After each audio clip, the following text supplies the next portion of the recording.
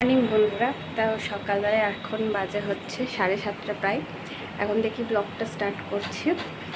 তো সকালে স্নান হয়েছে, কাপড় কাচা হয়ে গেছে, আরাধ্যা স্নান করিয়েছি, এগুলোই হয়েছে। এখনও পুজো হয়নি, ওপরে যাব পুজো করতে, ফুল টুল তুলে পুজো করব। মা কাপড় কাচছে, ওখানটা অসুবিধা হবে পুজো করতে, তাই এখন যাইনি, একটু পর যাব। আর চলো দেখতে থাকো, সারাদিন কি করব না করব তোমাদেরকে দেখাবো। রান্না বান্না আবার গরমে করতে হবে ভেবেই আমার ভয় লাগছে। যত তাড়াতাড়ি হোক রান্নাটা কমপ্লিট করে নেবো। এটাই হচ্ছে কথা, প্রচুর গরম করছে। তো চলো সব কাজ তাড়াতাড়ি শুরু করি, কারণ বেলা হয়ে যাবে না হলে।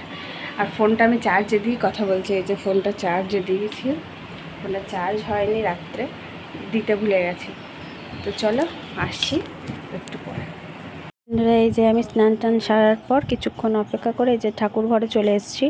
তো প্রথমেই ঠাকুর ঘরটা একটু পরিষ্কার করে নিচ্ছি, বাসি ঠাকুর ঘর ছিল। তো আগে মুছে নিচ্ছে। আর আমাকে আরাধ্যাও গেছে, আরাধ্যারও স্নান হয়ে গেছে, ও পুজো করবে, ওই জন্য আমাকে ভিডিও করে দিচ্ছে। তো আগে ঠাকুর ঘরটা পরিষ্কার করে নিই, ঠাকুরের বাসনগুলো মেজে নেব, তারপর ফুল টুল তুলে একদম ঠাকুর ঘর সাজিয়ে পুজো করতে বসবো। সকাল সকাল পুজো না সারলে কিন্তু ভালো লাগে না। তো আজকে পুজোটা করব, কিন্তু কাল হয়তো পুজো করা হবে না এই ঠাকুর ঘরে বসে। কারণ কিসের জন্য বলছি তোমরা দেখতে থাকো, তাহলেই বুঝতে পারবে। ঠাকুরের জল, বাসন, পুজোর ফুল সব নিয়ে নিয়েছি, চলে এসো ঠাকুর ঘর সাজাবো।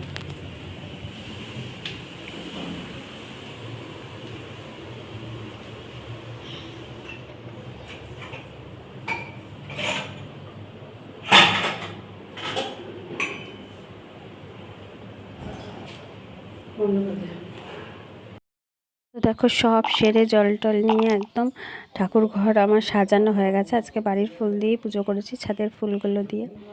তো এই যে আমাদের ঠাকুর ঘর সাজিয়ে নিয়েছি। এরপরে ঠাকুরকে একটু মিষ্টি জল দিয়ে, তারপরে মিষ্টি জলও দিয়ে দিয়েছি নকুলদানা। আর তারপরে একটু শিবের মাথায় জল টল ঢেলে পুজোটা আমি কমপ্লিট করব। দেখো চা নিয়ে বসে পড়েছি, আর এদিকে সবজি কাটতেও বসে পড়েছি। এদিকে আরাধ্যাও খেতে বসে পড়েছে, ও খাচ্ছে দুধ আর হার্সিস বসিয়ে দিয়েছি। আর সকালবেলা কেমন ঘেমেছি বাবু, ও রান্না বান্না করে একবারে মাথাটা খারাপ হয়ে যাওয়ার মতন অবস্থা, এত গরম করছে। তো চলো আগে চটপট রান্না সারি। আজকে একটু জিরা রাইস করব আর পটল আলুর তরকারি করব, মানে দোরমা, একটু কালিয়া দোরমা টাইপের করব, কারণ কষা কষা করেই করব। আর সেরকম কিছু করবো না, শনিবার নিরামিষ মোটামুটি করব। তো চলো করি, তারপর আসছি, কারণ প্রচুর গরম। তাড়াতাড়ি সেরে নিই, বেশি বাজেনি, এখন সবে 8-9 বাজে। চটপট রান্না সেরে নিই, তারপর আসবো।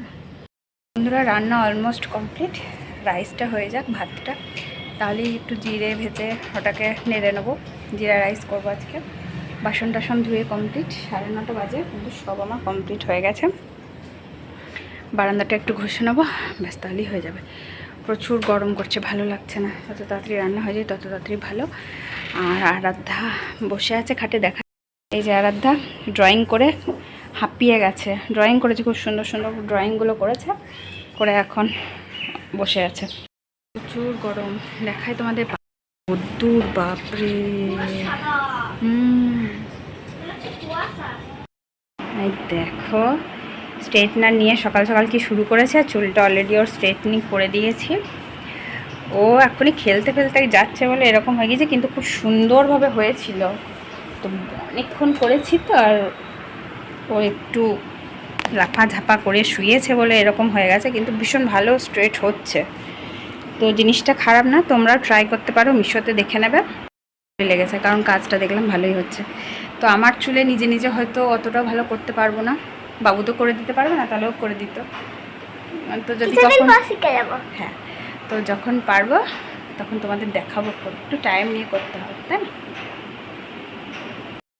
তো বন্ধুরা দেখো জিরা রাইস করেছি, পটল আলুর তরকারি, আর কুমড়ো ছিল একটু, তো কুমড়ো দিয়ে করেছি। তো চলো লাঞ্চটা সেরে নিই, তারপর আসছি আবার।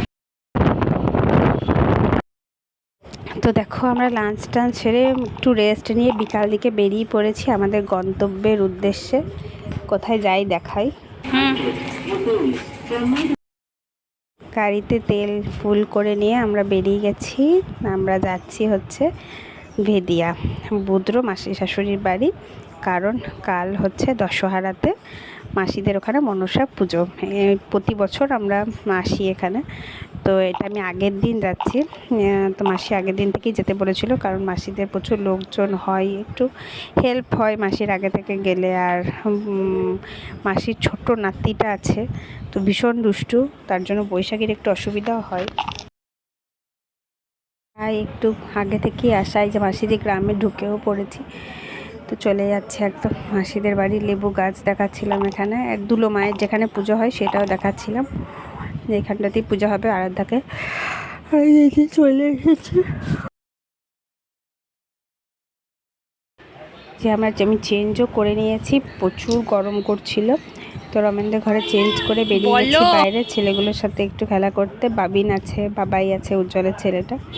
তো এই যে মাসিদের লেবু গাছে লেবু এসছে, মাসি দেখাচ্ছিল আমাকে গন্ধরাজ লেবুর গাছ। এটা কিন্তু আমার বাপের বাড়ির যে লেবু গাছ আছে সেই লেবু গাছেরই চারা, যার জন্য। আর এখানে ছোটো মেশো কিছু বীজ দিচ্ছিল জমিতে, আমরা দেখতে গেছিলাম। আর চারিদিকটা এত সবুজ, দেখো এত ভালো লাগছিল কি বলবো। আর ছেলেগুলো কি করছে তোমাদের দেখায় এখন। এগুলো দুটো আর একটাও ছিল, একসাথেই ছিল, ওরা খেলা করছিল দুজনে। এই যে গাড়ি নিয়ে ধাক্কাধাক্কি করে গাড়িগুলোকে ফেলে দিচ্ছে, আবার তুলছে। তো তারপর আমরা আবার বাঁধের উপরে চলে যাই, প্রচুর গরম ছিল। তো বাবিনকে নিয়ে আমি, বৈশাখী, আরাধ্যা আমরা বাঁধের উপরে যাই একটু বাঁধের ওদিকে হাঁটতে। তো এটা বাঁধের নিচের দিকেই মাসিদের বাড়ি। তো এদিকটায় মেলা বসে, তাই দেখছিলাম।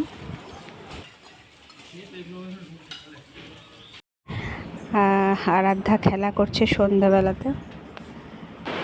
এখানেও প্রচুর গরম।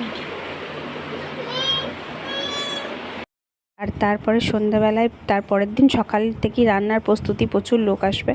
তো সেই রান্নার প্রিপারেশনে যেগুলো লাগবে সেগুলো আমি আর বৈশাখী টুকটুক করে কেটে নিচ্ছিলাম। আর রাত্রে এদিকে ঘুমিয়ে গেছে, আরাধ্যা পাহারা দিচ্ছে। চলো আজকের মতন টাটা।